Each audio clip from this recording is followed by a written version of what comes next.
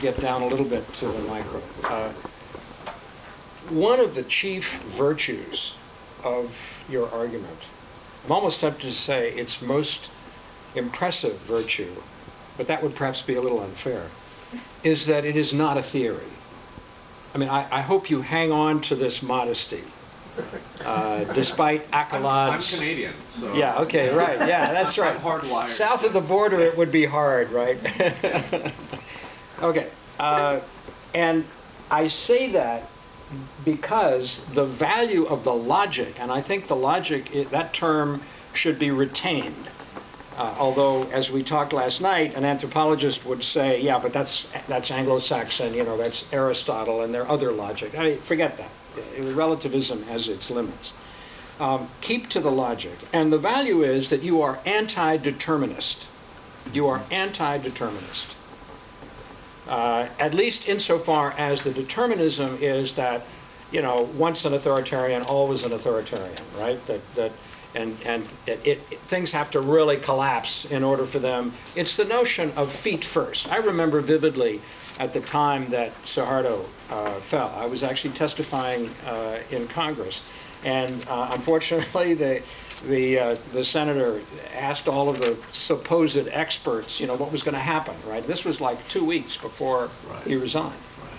And I have to admit, with one exception, an activist who had a normative commitment to democracy and therefore was most inclined to read into the Rorschach a bright future for democracy. The rest of us, I think, well, you know, bottom line, we thought feet first. Suharto will go feet first. He will hang on, right? Now, in fact, he didn't hang on. And he handed power to Habibi, who had been chosen precisely for his apolitical character. This was a technocrat. And Suharto, I think, clearly felt that he would not represent, and he was not a threat to Suharto while he was vice president. Right. You know, he was an engineer, right? And interviewing Habibi was fascinating because he said, you know, now mind you, this may be post facto because I didn't interview him while the crisis was going on. But remember that the bulk of his professional life was spent in Germany. He was aware that it was a democracy. And he actually said to me that his German is much better than his Indonesian. No, really, it's quite remarkable. And he once said to me, he said, you know, I'm not like Indonesians, I'm like you. Now, you know, I don't think that was a compliment, no, because I knew him pretty well. Now, what I'm trying to suggest here is that although the structural determinism is worth opposing, at the same time you should realize that you're introducing agency because Suharto might not have resigned.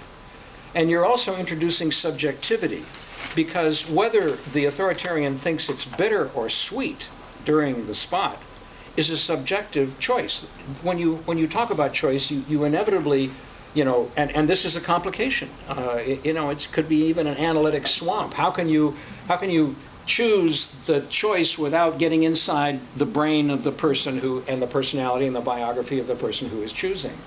And then finally, there's an irony here that although it's wonderful that you abjure prediction, I think that is terrific, and that's part and parcel of the modesty with regard to this not being a theory.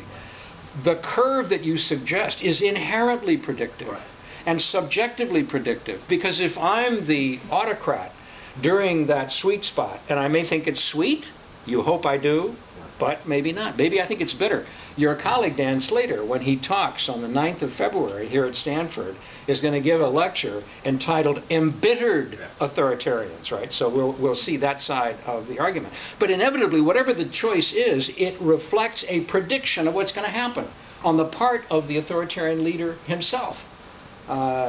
You see what I'm saying? And I guess the only last thing I would say is hurtling through may actually hurtle out of your paradigm.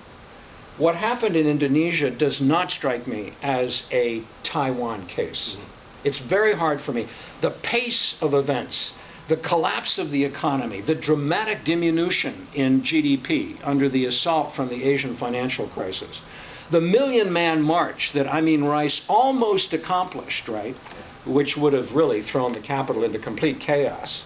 I could go on. The violence, I mean, you know, the temperature was extremely high politically. I don't want to go into those details, but it was more hurtling than the kind of That's the thing about logic. It's rational. Then this sort of rational decision, this is our last chance, we better make some concessions. And then I guess the question would be, what country in the world that has made this transition is the closest to the Taiwan case, which is really paradigmatic for you? So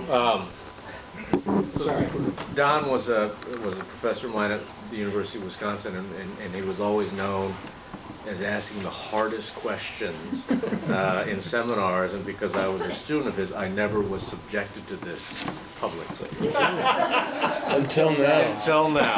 You better warn Dan Slater what he's in store for.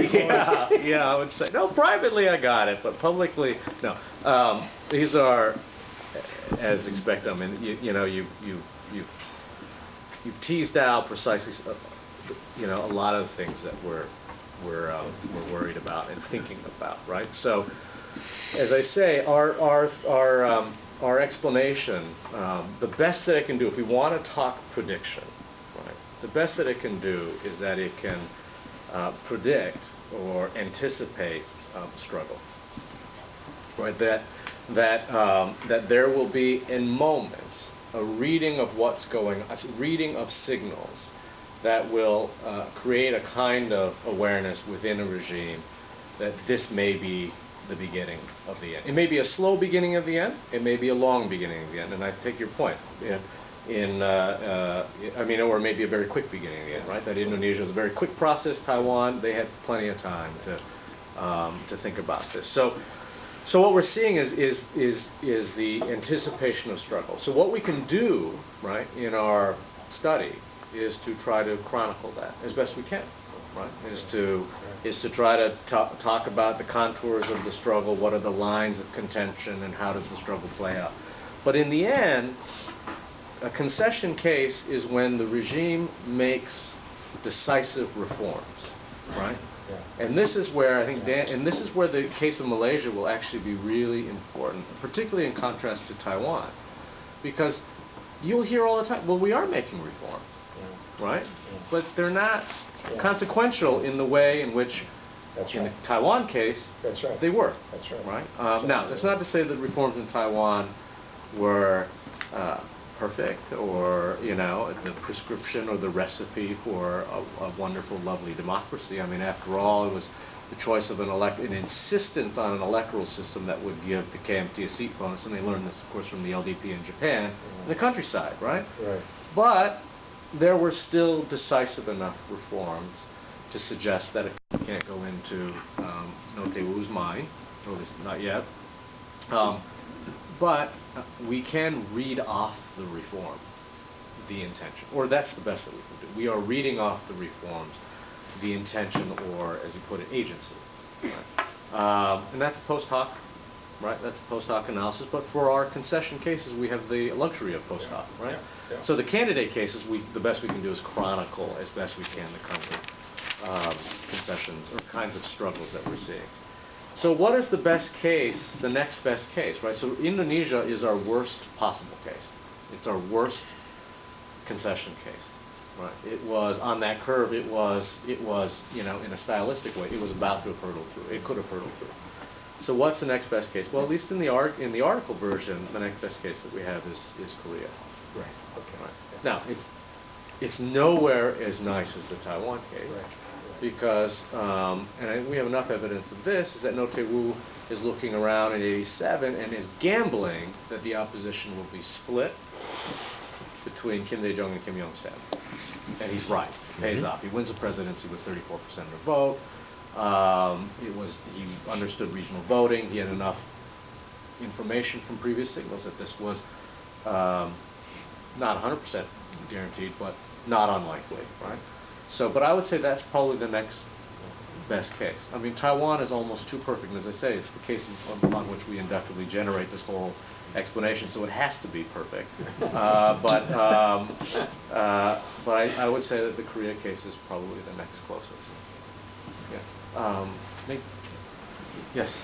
Yeah. Well, 1986, while CCK lifted the party restriction in Taiwan, I think the background is totally different to what Xi administration has today. Right. And at that time, CCK realized that he said the Chiang's future generation will not get involved in the politics or to be the presidency. Okay, so the society environment is totally different in Taiwan and China. Today, Xi Jinping gained all the power, and I think is building almost toward a dictatorship. And then he's the only man who control the whole nation. Right. So for your topic, the democracy, will that bring the real future benefit to the China? Some people they talk about that China, so many people, 1.3 billion people, should be something like Europe, okay, should be a region in 9 regions, okay, and like a Sichuan or they have over almost 1,000 million people should be a real country there, and they had a total different cultural background. They all qualify for that. So today's culture in China, I don't even see they had the constitution reform to allow the people have the private ownership. Mm-hmm. It's not even listed in the constitution. Who is making the final decision? Whoever get power. So that is like a lion, in the country.